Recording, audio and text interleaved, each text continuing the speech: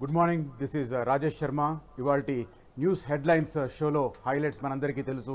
చాలా రోజుల నుంచి ఆసక్తిగా ఎదురు చూస్తున్న రుణమాఫీకి సంబంధించి ఒక 50% క్లారిటీ వచ్చేసింది. 50% అని ఎందుకంటున్నానంటే ఎప్పటి నుంచి ఎప్పటి వరకు రుణాలు తీసుకున్న వ్యవసాయదారులకు, రైతులకు రుణాలని మాఫీ చేస్తారు అన్నది క్లారిటీ వచ్చింది నిన్నటి తెలంగాణ క్యాబినెట్ మీటింగ్ తర్వాత. కాకపోతే ఎప్పట్లోగా ఇది పూర్తి చేస్తారు, ఎప్పట్లోగా ప్రారంభిస్తారన్నది మాత్రం ఇంకా క్లారిటీ రాలేదు. పూర్తి చేయడానికి కట్ ఆఫ్ డేట్ ఆగస్టు 15 అనేది తెలుసు. కాకపోతే ఎప్పటి నుంచి ప్రారంభిస్తారు, బ్యాంకులకు సంప్రదిస్తారా, ఎలా చేస్తారు, కార్పొరేషన్ ద్వారా ఈ నిధులను సమీకరిస్తారా, లేకపోతే బ్యాంకుల్లో ఉన్న రైతు రుణాలకు సంబంధించిన పూర్తి బాధ్యతను ఆ ప్రభుత్వ అకౌంట్కు ట్రాన్స్ఫర్ చేసుకొని రైతుల ఖాతాలలో అప్పులు లేకుండా చేస్తారా అన్నది ఇంకా క్లారిటీ లేదు.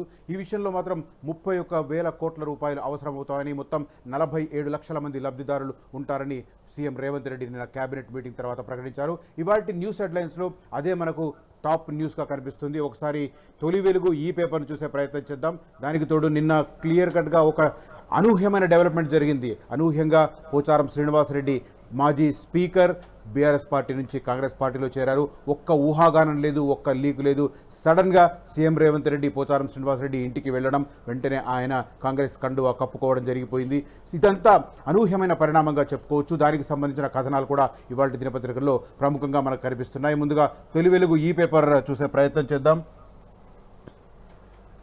కాంగ్రెస్లో చేరిన పోచారం అన్న శీర్షిక ప్రధానంగా కనిపిస్తుంది. బీఆర్ఎస్కు ఊహించని షాక్.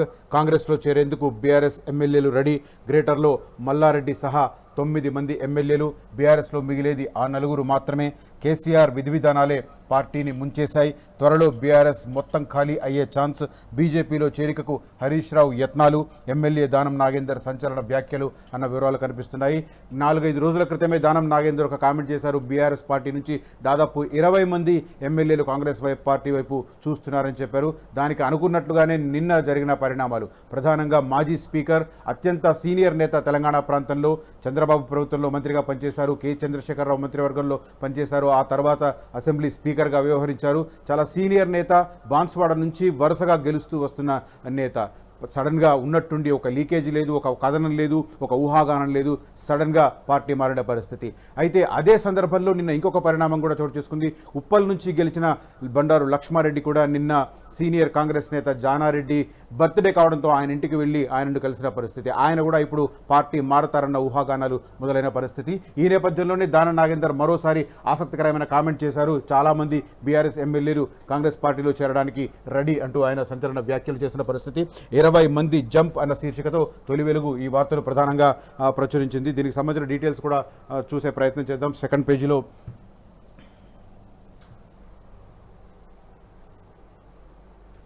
రైట్, 20 మంది జంప్. కాంగ్రెస్లో చేరేందుకు బీఆర్ఎస్ ఎమ్మెల్యేలు రెడీ. గ్రేటర్ మల్లారెడ్డి, గ్రేటర్ హైదరాబాద్లో మల్లారెడ్డి, మాజీ మంత్రి మల్లారెడ్డి సహా 9 మంది ఎమ్మెల్యేలు జంప్.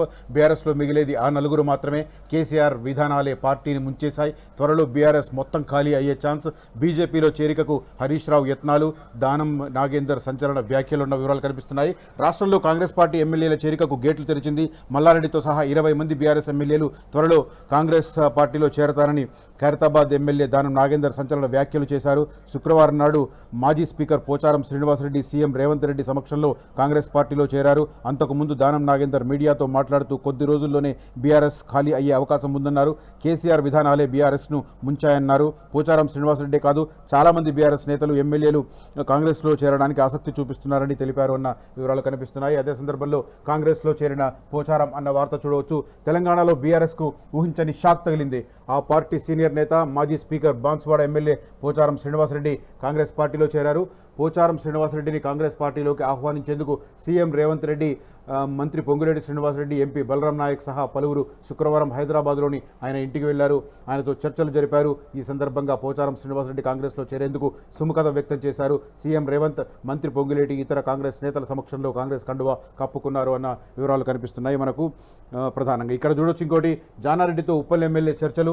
బీఆర్ఎస్ పార్టీకి మరో షాక్ తగలనుందా అంటే దానికి అవుననే సమాధానాలు వినిపిస్తున్నాయి. కాంగ్రెస్ సీనియర్ నేత, మాజీ మంత్రి జానారెడ్డిని ఉప్పల్ ఎమ్మెల్యే బండారి లక్ష్మారెడ్డి కలిసి కలిశారు. జానారెడ్డి బర్త్డే సందర్భంగా ఆయన్ని కలిసి అభినందనలు తెలిపారు. ఈ సందర్భంగా త్వరలోనే సీఎం రేవంత్తో బండారి లక్ష్మారెడ్డి సమావేశం కానున్నట్లు తెలుస్తోంది. ఉప్పల్ నుంచి బండారి లక్ష్మారెడ్డి భారీ మెజారిటీతో గెలిచారు. దాదాపు 50,000 మెజారిటీ ఉప్పల్ నుంచి లక్ష్మారెడ్డి గెలిచారు. మరి ఆయన పార్టీ మారతారో లేదో వేచి చూడాలి అన్న వివరాలు మనకు తొలి వెలుగు దినపత్రికలో ప్రధానంగా కనిపిస్తున్నాయి. అయితే ఎప్పుడైతే సీఎం రేవంత్ రెడ్డి పోచారం శ్రీనివాసరెడ్డి ఇంటికి వెళ్ళారో అదే సందర్భంలో అక్కడ హడావిడి చోటు చేసుకుంది. బాల్క సుమన్ ఒక్కసారి తన అనుచర వర్గంతో అక్కడికి వచ్చి పోచారం శ్రీనివాసరెడ్డిని పార్టీలో కొనసాగాలని చెప్పి ఒత్తిడి తెచ్చే ప్రయత్నం చేశారు. దానికి సంబంధించి కొంత బయట గలాట జరిగిన పరిస్థితి. బీఆర్ఎస్ శ్రేణులను ఎమ్మెల్యే బాల్క సుమన్ను పోలీసులు అదుపులోకి తీసుకున్న తర్వాత వదిలిపెట్టారు. కొంత అంటే పార్టీ నుంచి వెళ్ళిపోతున్న వారిని కాపాడుకునే ప్రయత్నంలో భాగంగా ఇది జరిగిందని చెప్పుకోవచ్చు. మరి గతంలో కూడా కాంగ్రెస్ టీడీపీలో గెలిచిన వారిని తీసుకున్నారు.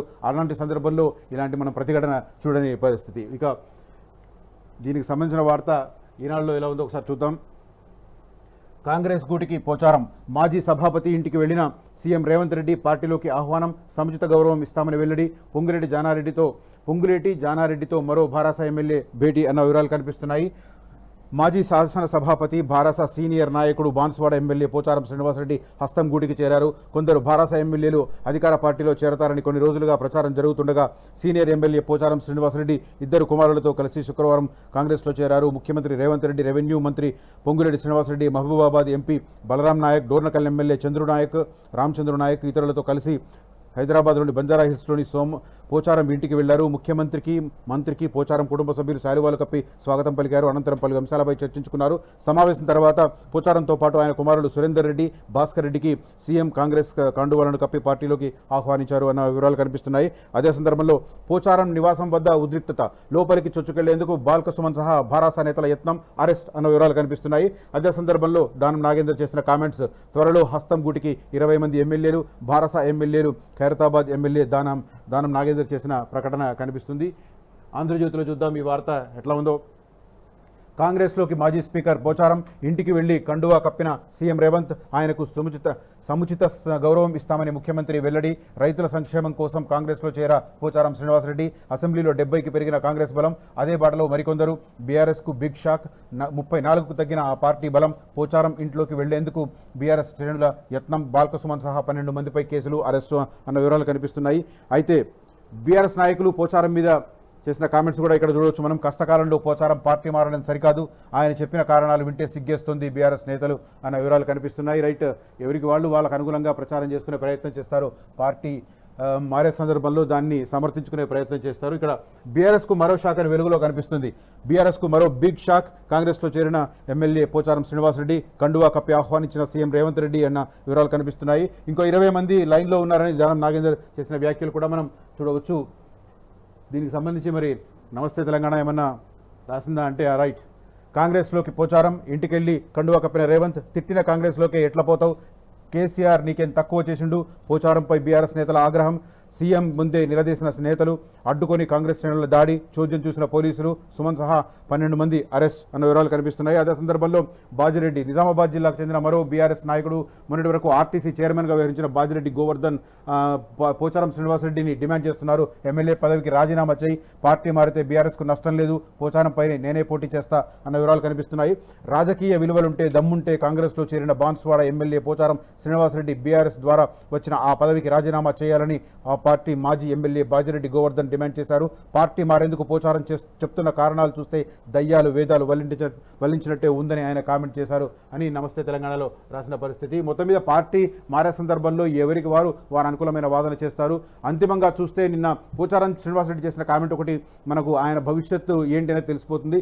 ఇప్పటి వరకు తాను రాజకీయ జీవితంలో కోరుకున్నదంతా సాధించాను, ఇక ఆశించేది ఏమీ లేదు అని చెప్పారు. అంటే ఆల్మోస్ట్ ఆయన రిటైర్మెంట్ దశలో ఉన్నారు. ఈ సందర్భంలో కొడుకులకు ఒక రాజకీయ భవిష్యత్తు చూపించాలన్న తాపత్రయం కావచ్చు. దానివల్లనే ఇప్పుడు భాస్కర్ రెడ్డి అనే అతనికి బాన్స్వాడ నుంచి నెక్స్ట్ బరిలోకి దింపే అవకాశం ఉంది. బహుశా ఆ అస్యూరెన్స్ ద్వారానే పోచారం శ్రీనివాసరెడ్డి ఇప్పుడు కాంగ్రెస్ పార్టీలో చేరారు అనుకోవచ్చు. ఓవరాల్గా ఇవాళ దినపత్రికల్లో హైలైట్గా కనిపిస్తుంది. ఇక దానం నాగేందర్ చెప్పినట్టు మరి 20 మంది అంటే ఇంకా ఎవరెవరు ఎప్పుడెప్పుడు చేరతారన్నది ఇంట్రెస్టింగ్. ఇప్పుడు నెక్స్ట్ లైన్లో మనకు బండారి లక్ష్మారెడ్డి కనిపిస్తున్నాడు. నిన్న జానారెడ్డిని కలిసిన నేపథ్యంలో ఆయన నెక్స్ట్ వికెట్ కావచ్చు, నెక్స్ట్ బీఆర్ఎస్ నుంచి పడబోయే వికెట్ అదే కావచ్చు అంటున్నారు. మనందరికీ తెలుసు 39 మంది బీఆర్ఎస్ పార్టీ తరపున మొన్నటి శాసనసభ ఎన్నికల్లో గెలిచారు. ఆ తర్వాత 3 పార్టీ మారారు, ఒకరు చనిపోవడంతో ఆ సీటు మళ్ళీ కాంగ్రెస్ ఖాతాలోకి వెళ్ళిపోయింది. ఈ రకంగా 35కు తగ్గిపోయింది. ఇప్పుడు తాజాగా పోచారం శ్రీనివాసరెడ్డి కూడా పార్టీ మారడంతో బీఆర్ఎస్ పార్టీ బలం 34 తగ్గిపోయిన పరిస్థితి. ఇప్పుడు బండారు లక్ష్మారెడ్డి కూడా వెళ్ళిపోతే ఇక 33 సంఖ్య మిగులుతుంది బీఆర్ఎస్కు శాసనసభలో. మరి ఇదే తంతి కొనసాగితే 20 మంది అని చెప్పి దాన నాగేంద్ర చెప్తున్నాడు. అదే కనుక కొనసాగితే ఇక పరిస్థితి ఏంటనేది చూడాలి. ఒకవేళ ఎమ్మెల్యేలందరూ వెళ్ళిపోయి ఇంకోటి నిన్న డెవలప్మెంట్ కూడా చూస్తాం మనం. గచ్చిబౌలిలో ఎమ్మెల్సీలు కూడా సమావేశమయ్యారు. మనందరికీ తెలుసు శాసన మండలి, తెలంగాణ శాసన మండలిలో బీఆర్ఎస్ పార్టీ బలం 29 ఉండింది. ఇప్పుడు మెల్లిమెల్లిగా అది తగ్గుతున్న పరిస్థితి. ఈ నేపథ్యంలో వాళ్ళు కూడా అక్కడి నుంచి ఇప్పుడు మొన్న సమావేశమైన వాళ్ళు కూడా పార్టీ మారితే ఇప్పుడు ఇంకా ఆ పార్టీ పరిస్థితి ఎలా? ఎమ్మెల్సీలు ఒకవైపు, ఎమ్మెల్యేలు ఒకవైపు పార్టీ మారితే బీఆర్ఎస్ పార్టీ బలహీన పడడం ఖాయం. మరి దాన్ని కాపాడుకోవడానికి బీఆర్ఎస్ అధినేత కేసీఆర్ ఎలాంటి ఎత్తుగడలు వేస్తారు, ఎలాంటి వ్యూహాలను అమలు చేస్తారు అన్నది వేచి చూడాల్సిన పరిస్థితి. అసలైన తొలి వెలుగు. ఫాలో వాట్సాప్ @తొలి వెలుగు official.